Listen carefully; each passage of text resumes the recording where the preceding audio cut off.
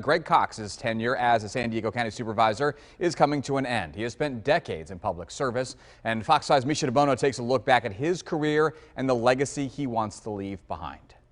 It's been an incredible journey. I enjoyed practically every minute of it, maybe not the last 8 months as much as the first 25 years and 2 months. San Diego County Supervisor Greg Cox has spent nearly his entire career in public service. He describes himself as a local guy, and he is. Born and raised in Chula Vista, he still lives there in the same house he and his wife Cheryl of 45 years got married in. How many people have the chance to be elected to the city council of their hometown and ultimately to serve as mayor?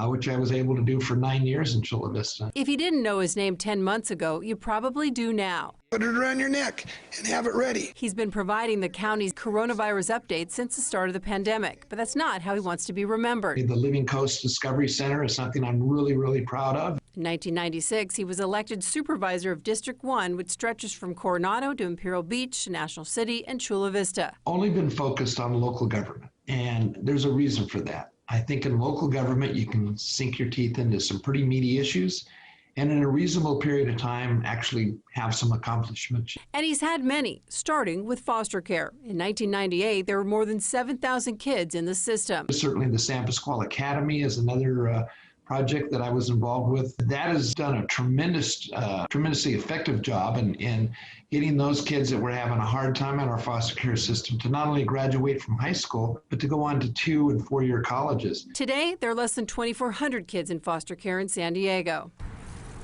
Another passion that has everything to do with what San Diego is known for: parks, recreation, hiking, trails, and biking. For well over 30 years, I've been working to try to complete the Bayshore Bikeway around San Diego Bay. It's 24 miles. It's probably no more than 10 feet in elevation as you ride around the bay. There are 3 regional parks in District 1, all with natural river valleys. For Cox, that's been a tremendous opportunity. Bicycle parks, and we opened up a brand new one over by the Sweetwater Regional Park, the first bicycle skills park in the county, which is just having phenomenal success. So we completed 22 miles of trails in the Tijuana River Valley. Making open space more public friendly is one thing. Making it affordable to live there is something else.